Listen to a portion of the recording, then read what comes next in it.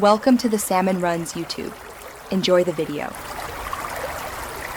You start by verifying prerequisites, the plugin jar in /plugins, a matching server version, and any dependency plugins installed.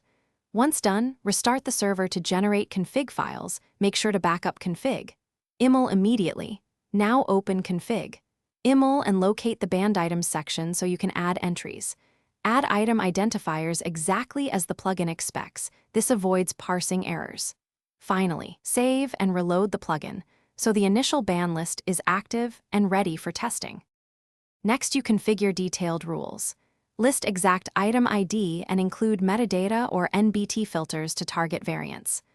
Once you define an entry, choose the enforcement action, deny placement, confiscate on pickup, or trigger a kick, and write clear player-facing messages.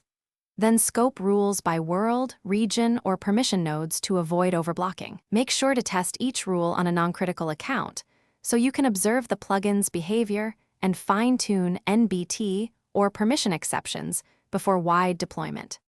Finally, verify functionality by testing with a separate admin account, simulating pickup, trade, and placement scenarios. Once confirmed, automate stability with scheduled config backups and periodic plugin reloads to apply updates safely. Monitor server logs and set alerting for repeated violations so you can respond quickly.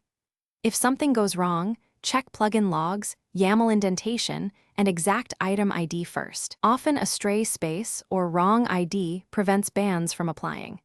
Make adjustments and retest until behavior matches expectations. Thanks for watching. Consider subscribing if we helped you.